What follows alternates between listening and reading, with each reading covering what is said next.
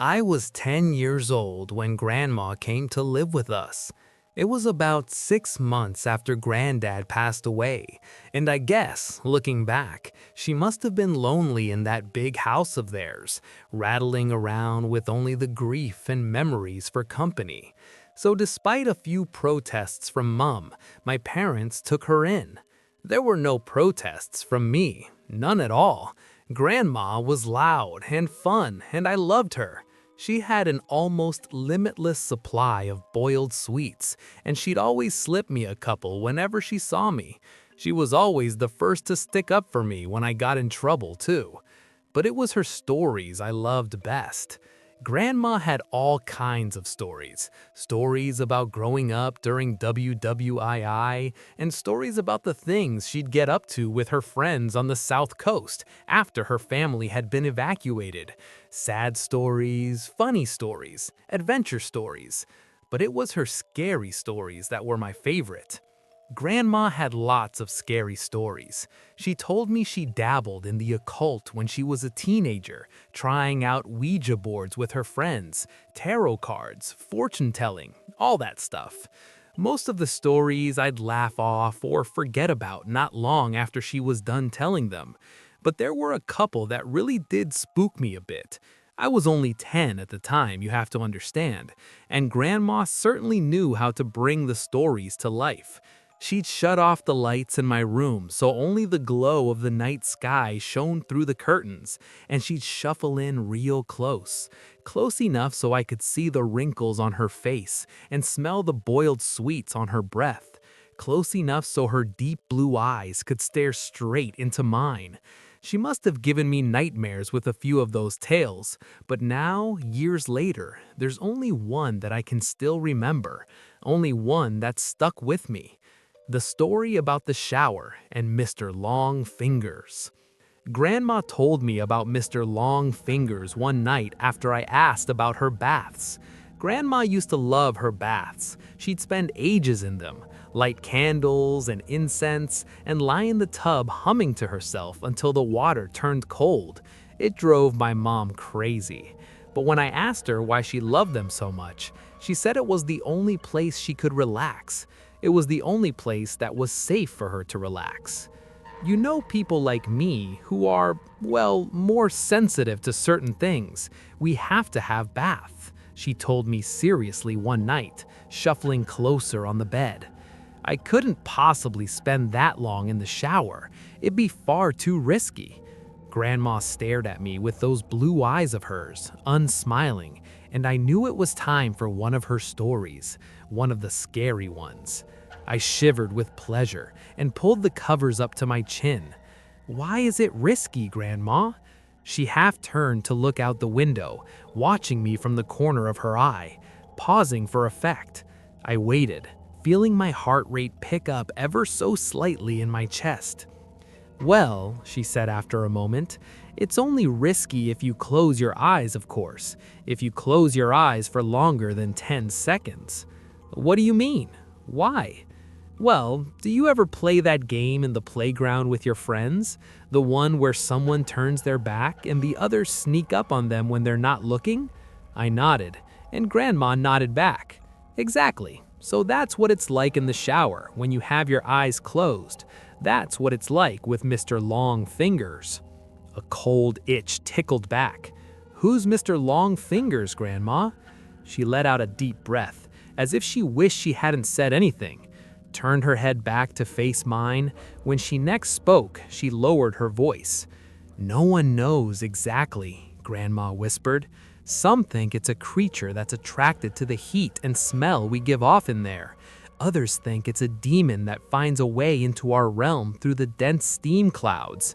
No one can say for sure, because the only ones who have actually seen Mr. Long Fingers aren't ever going to be able to tell you. I pulled in a breath. Why not? Grandma shuffled closer along the bed and leaned towards me, leaving my question hanging in the air. Don't you worry about it, sweetheart. Don't worry your pretty head. As long as you remember the rules, you'll be fine. What rules? Well, when you're in the shower, you try not to close your eyes for too long. 5 seconds is fine, and 10 is just about okay too. But any longer than that, yeah, then what? Well, any longer than that, and you may just start to feel something in the room with you, something watching. And if you ever go longer than 15 seconds, that's when you might start to hear a noise too. Hear what? The soft tap, tap, tap of fingers on glass, fingers drumming against the glass door of the shower. If you ever do hear that noise, God forbid, will you make me a promise? What, Grandma? Promise me you'll never open your eyes. I barely slept that night, hardly at all. I'd close my eyes and try to relax, but every time I did, I'd imagine a face pressed against my bedroom window staring in at me. And when I did finally get to sleep, I had nightmares, bad ones. I had them all week, in fact. Dreams of disembodied eyes watching me in the dark and long fingers reaching out to touch my exposed skin. It wasn't any better when I was awake either, not really. The shower was the worst. That's when Grandma's story really got to me. I'd never thought about it before, but suddenly I had trouble shutting my eyes in there. I'd be standing beneath the beating water, shampoo running down my face, and as soon as I squinted my eyelids closed, I'd hear Grandma's words running through my head. 5 seconds is fine, and 10 is just about okay too. But any longer than that, I'd rub my hair fast, feeling the shampoo dripping off my chin, and as soon as I'd counted past 5 seconds, I'd feel it. A sort of pressure. Not a feeling of being watched exactly, but something close to that. I'd run my fingers faster and faster through my hair, frantically trying to get the suds out, and the ready blackness behind my closed eyes, coupled with the rush of water in my ears, would feel like a held breath, like the silence before a scream. The seconds would race through my mind, and I'd be so desperate to open my eyes again that I'd sometimes do it before my hair was rinsed fully clean, and my eyes would sting with shampoo. But before I shut them again, I'd always be sure to peer out through the steamed glass door of the shower cubicle, just to make sure I was still alone. It wasn't long before Mom realized something was up. She heard me crying out in my sleep one night and came in to comfort me, asked me what the matter was, and it all came out. I told her about Grandma's stories and about Mr. Long Fingers. She got this look on her face when I was telling her like she used to get with me when I'd made her really mad. This wide-eyed, angry look. Only this time she wasn't angry with me. She was angry with Grandma. My parents' room was next to mine, and sometimes, if I pressed my ear against the wall, I could hear them talking in there, soft whispers. That night though, after Mom was satisfied I wasn't scared anymore and she'd gone back to her room, the whispers weren't soft at all. Oh no. I heard Mom hissing to Dad about Grandma, about the story she told me. Mom's voice floated through the wall, sharp and crisp. "You know what your fucking mother said to him now, don't you, Simon?" Dad's response was an unintelligible mutter. "She's told him there's a monster that'll get him if he shuts his eyes in the shower. A monster! The poor kid's been having nightmares about it all week. Seriously, Simon, you'd better say something to her tomorrow morning first thing, or I will." Grandma came to visit me in my room the following night. That time, as she perched on the end of my bed, there were no stories, nothing like that. Grandma just sat there and stared down at me, her blue eyes wide and sad. The light from the moon outside my window lit up her wrinkled face. "You know I'd never let anything bad happen to you, don't you?" she said after a moment. I nodded my head. "I know, Grandma." "You know I wouldn't let you come to any harm." I nodded again. "Okay, that's good." She looked away from me for a moment, out the window. "You know, the things I tell you in the evening are meant to help you, sweetheart. They're meant to toughen you up a bit, protect you." She paused and shook her head. "But maybe your mom's right. Maybe I went too far this time." She looked down at me and smiled. But even then, even though I was only 10 years old, I could tell it didn't quite reach her eyes. "I'll tell you what," Grandma said. "You know what I told you about Mr. Long Fingers and the shower? Well, I'm going to make sure you're safe. I'll scare the bastard off. How about that?" It won't come back in a hurry if it has to face me. I stared up at Grandma, watching her face glow in the moonlight, watching her smile down at me. I nodded my head once. I was the one who found her. I don't know exactly when it happened, but I'd guess it was about a week after we had that talk in my room. A week after she told me she wouldn't let anything bad happen to me. I woke up early that morning from a bad dream to a heavy thumping sound. I sat bolt upright in bed. My room was quiet around me, and I couldn't hear anything from the wall that joined my parents' room either. But the house wasn't entirely silent. Floating down the hall, muffled by my closed door, I could hear the sound of rushing water, the noise of the shower. I leapt out of bed and ran down the upstairs hallway, heart already pounding in my chest. As soon as I reached the closed bathroom, It's starting to come back to me, slowly, bit by bit. I don't know if it was opening up about my grandma's other bedtime story that did it, or the fact my wife finally persuaded me to try counseling. But whatever the reason, the memories are returning. Memories from my childhood, memories of grandma, memories of the stories she used to tell me before I went to sleep. See, I always knew there were others, other tales that scared me when I was little. But the time before I was a teenager is like a dark landscape. Only a few small patches are lit up. It's getting clearer now, though. The shadows that litter that black land are finally being forced to retreat. The thing is, I'm not sure I want to see what they've been hiding. I must have been around 7 years old when Grandma told me about the special knock. I was tucked up in bed at my parents' first house, in my little room at the back at the time.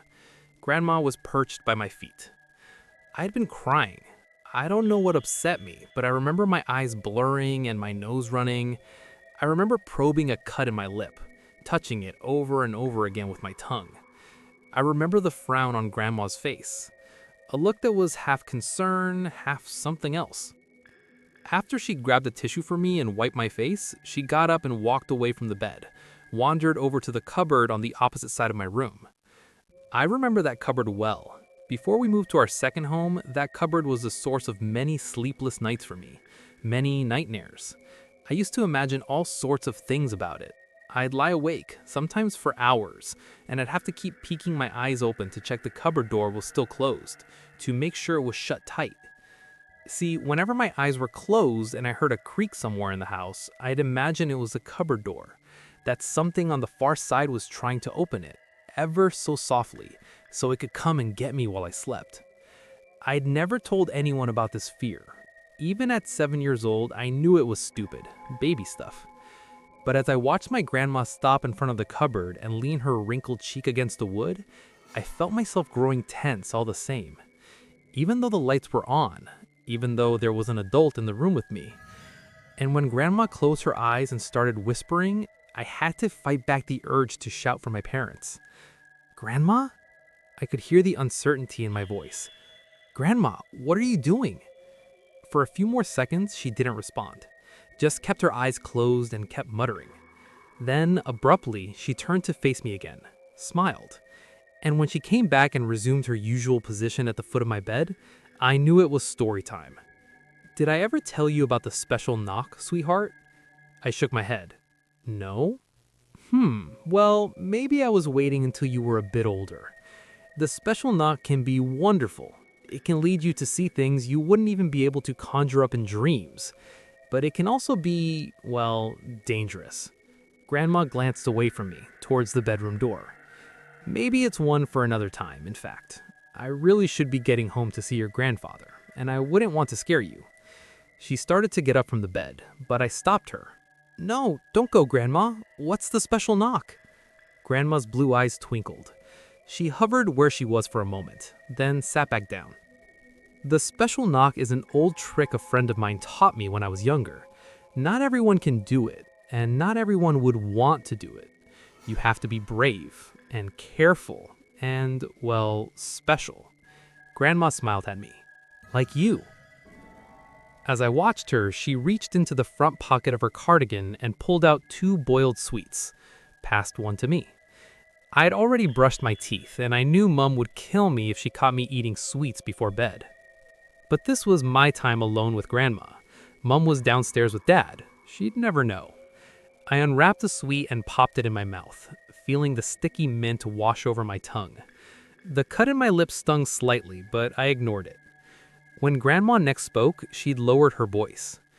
When I was over by your cupboard door just now, I was using the magic words. Secret words that only a few other people know. Do you know what those words do? I shook my head. No? Well, maybe I was waiting until you were a bit older. The special knock can be wonderful. It can lead you to see things you wouldn't even be able to conjure up in dreams. But it can also be, well, dangerous. Grandma glanced away from me, towards the bedroom door. Maybe it's one for another time, in fact. I really should be getting home to see your grandfather, and I wouldn't want to scare you. She started to get up from the bed, but I stopped her. No, don't go, Grandma. What's the special knock? Grandma's blue eyes twinkled. She hovered where she was for a moment, then sat back down. The special knock is an old trick a friend of mine taught me when I was younger. Not everyone can do it, and not everyone would want to do it. You have to be brave and careful and, well, special. Grandma smiled at me. Like you. As I watched her, she reached into the front pocket of her cardigan and pulled out 2 boiled sweets, passed one to me. I'd already brushed my teeth, and I knew Mum would kill me if she caught me eating sweets before bed. But this was my time alone with Grandma. Mum was downstairs with Dad. She'd never know. I unwrapped a sweet and popped it in my mouth, feeling the sticky mint wash over my tongue.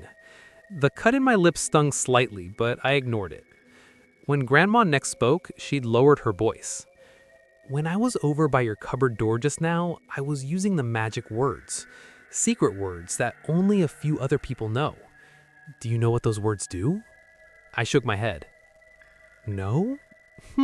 Well, maybe I was waiting until you were a bit older. The special knock can be wonderful. It can lead you to see things you wouldn't even be able to conjure up in dreams. But it can also be, well, dangerous. Grandma glanced away from me, towards the bedroom door. Maybe it's one for another time, in fact. I really should be getting home to see your grandfather, and I wouldn't want to scare you. She started to get up from the bed, but I stopped her. No, don't go, Grandma. What's the special knock? Grandma's blue eyes twinkled. She hovered where she was for a moment, then sat back down. The special knock is an old trick a friend of mine taught me when I was younger.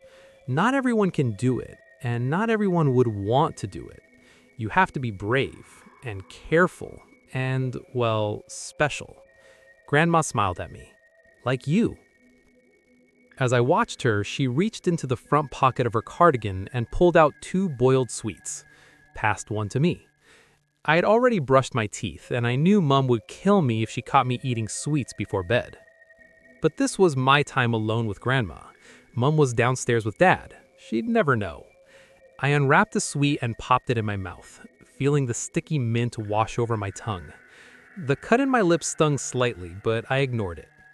When Grandma next spoke, she'd lowered her voice. When I was over by your cupboard door just now, I was using the magic words. Secret words that only a few other people know. Do you know what those words do? I shook my head. No? Well, maybe I was waiting until you were a bit older. The special knock can be wonderful. It can lead you to see things you wouldn't even be able to conjure up in dreams. But it can also be, well, dangerous. Grandma glanced away from me, towards the bedroom door. Maybe it's one for another time, in fact. I really should be getting home to see your grandfather, and I wouldn't want to scare you. She started to get up from the bed, but I stopped her.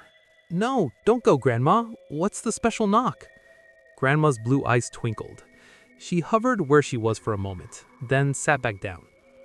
The special knock is an old trick a friend of mine taught me when I was younger. Not everyone can do it, and not everyone would want to do it. You have to be brave and careful and, well, special. Grandma smiled at me. Like you. As I watched her, she reached into the front pocket of her cardigan and pulled out 2 boiled sweets, passed one to me. I had already brushed my teeth, and I knew Mum would kill me if she caught me eating sweets before bed. But this was my time alone with Grandma. Mum was downstairs with Dad. She'd never know. I unwrapped a sweet and popped it in my mouth, feeling the sticky mint wash over my tongue. The cut in my lip stung slightly, but I ignored it. When Grandma next spoke, she'd lowered her voice. When I was over by your cupboard door just now, I was using the magic words, secret words that only a few other people know. Do you know what those words do? I shook my head. No? Well, maybe I was waiting until you were a bit older. The special knock can be wonderful. It can lead you to see things you wouldn't even be able to conjure up in dreams. But it can also be, well, dangerous. Grandma glanced away from me, towards the bedroom door. Maybe it's one for another time, in fact. I really should be getting home to see your grandfather, and I wouldn't want to scare you. She started to get up from the bed, but I stopped her. No, don't go, Grandma. What's the special knock? Grandma's blue eyes twinkled. She hovered where she was for a moment, then sat back down. The special knock is an old trick a friend of mine taught me when I was younger. Not everyone can do it, and not everyone would want to do it. You have to be brave, and careful, and, well, special. Grandma smiled at me. Like you. As I watched her, she reached into the front pocket of her cardigan and pulled out 2 boiled sweets, passed one to me. I had already brushed my teeth, and I knew Mum would kill me if she caught me eating sweets before bed. But this was my time alone with Grandma. Mum was downstairs with Dad. She'd never know.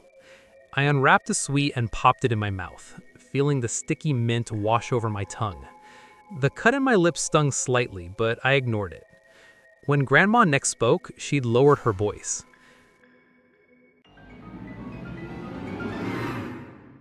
Why would you tell a 5-year-old kid such a fucked up tale? Ever since the memory of my 5th birthday came back to me, this is a question I've kept asking myself, but I don't have the answer.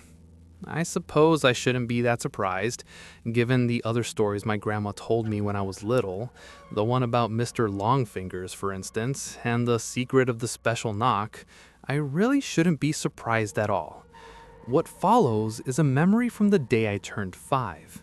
I must have been repressing that day for years because it's taken weeks of therapy for me to unlock it. So, Grandma, will you tell me a story before bed? She was halfway to the bedroom door when my words stopped her. I didn't want her to go. Grandma had just tucked me in and turned off my bedside lamp, and I suddenly felt afraid. Partly, it was the darkness of my bedroom. The shadows were so thick I could barely make out my stuffed toys, sitting in a row on top of my dresser. But mainly, it was my new birthday present, the present Grandma had got me. It wasn't my main present. That was the pack of monsters in my pocket toys I'd ripped open downstairs. No, this was an extra present, a secret present. I hated it. Even in the dark, I could see its shadowy outline on my bedside table. The thing gave me the creeps. A story? Well, what kind of story would you like to hear? It was a silly question because Grandma only ever told me one kind of story, the scary kind. But because I was already a bit freaked out, I said something I wouldn't normally have done. Nothing too scary, Grandma. Grandma raised her eyebrows at me. Not too scary? I shook my head. She leaned over and switched my bedside light back on, then perched at the foot of my bed, smiled down at me. Out of the corner of my eye, I could still see Grandma's present. It was watching me from my bedside table. I did my best to ignore it. Okay, said Grandma, making herself comfortable. I think I'll tell you a story about a witch. Once upon a time, Grandma began, there was a young woman who lived in a cottage by the sea. She didn't have a care in the world.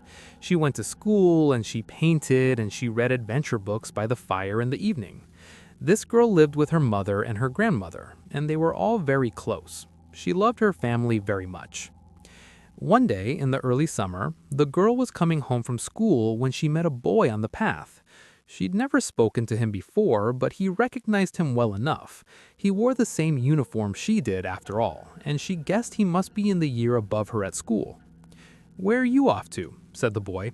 His shirt was untucked and he was smoking a cigarette. The girl hesitated. Her mother had told her cigarettes were bad. She'd also told her never to speak to strangers on her way home from school. But then again, thought the girl, was this boy actually a stranger? The headmaster at their school said they were all one big family. If this boy wore the same uniform as her, they couldn't really be strangers, could they? "I'm going home," answered the girl. "My house is along this path." The boy finished his cigarette, then flicked it into the grass. He smiled at the girl. "Before you go home, don't you want to see something cool?" he asked. The girl was curious, but she also knew she couldn't be late. Her mother would worry terribly if she was late. So she thanked the boy and told him she had to be on her way. But just as she'd walked past him, he called out to her again. "It's a puppy," said the boy. "Our dog had a litter of puppies last week, and Dad said I could keep one. It's in this old barn near my house. Don't you want to see the puppy?" Now, the girl loved puppies. She'd wanted a dog for as long as she could remember, but her mother always said they couldn't afford one. Right then, she'd have given anything in the world to pet a cute little puppy. When she closed her eyes, she could just picture it. A happy little dog with a big pink tongue and a wagging tail, eager to meet her. The girl paused and looked down the path that led back to her house. She thought about her mother. Then she looked at the boy, who was smiling at her. Was there really any harm, thought the girl, in taking a quick look? So the girl followed the boy, and he led her over a stile and across a big field, and they kept going and going until the girl saw a large barn towering in the distance. And she was so excited that she walked as fast as she could, and the boy laughed and walked right along with her. The girl only started to feel nervous when they were right outside the barn. It had taken longer to get there than she thought it would, and the sun was a lot lower in the sky now. She was going to be late getting home. Her mother would be worried. She wanted to see the puppy quickly so she could hurry back. But the barn was dark and full of shadows, and she couldn't make out any sign of it inside. "It's just over here at the back," whispered the boy as he took her hand and led her into the shadows. "He's going to be so excited to see you." So the girl took his hand and followed him. And even though his palm was sweaty, she held onto it, because she was suddenly starting to feel afraid. It was only when she heard footsteps and laughter behind her and turned to see two bigger boys emerging from the barn's shadows that the fear inside her turned to terror. When the girl finally got back home, the sun was setting over the ocean, and the sea was the color of blood. The girl made it through the door of the little cottage before she collapsed in a heap in the hallway, crying her eyes out. It was her grandmother who found her like that. Now, the girl's grandmother was very old and very wise. Mother used to tell me that Grandma had lived so long and seen so much that she knew all the world's secrets. When she was little, the girl was frightened of her grandmother. But now, the old lady took the young woman in her arms and she comforted her. Told the girl her mother was working late and she wouldn't be home for a while. Told the girl she could tell her anything she wanted.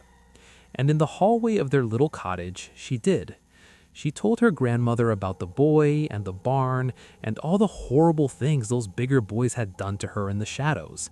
And her grandmother listened, and she grew very silent and very still. "Come with me," said she. The girl had hardly ever been in her grandmother's room before. When she was little, it always gave her the creeps. Her grandmother had lots of old, scary paintings on the walls and strange little statues and carvings on her shelves. But right then, as her grandmother led her to an old wooden chair and sat her down, she hardly even noticed them. Her grandmother was speaking to her in a soothing voice, and all she could do was listen. She listened as her grandmother told her that there was a special trick she knew, a trick to protect against evil, a trick to protect her against those horrible boys, so that they'd never be able to hurt her again, so that she'd have control of them. As grandmother spoke, she fetched an old wooden box from the bottom of her wardrobe and unlocked it. Inside the box were countless knitted dolls. All of the dolls were the same blank cream color, with no facial features at all, save for the eyes. Every single doll had a pair of eyes that seemed to follow the girl. As grandmother pulled out 3 dolls from the box, she closed her own eyes, began to whisper. The sound made the girl's skin itch, but it didn't last long.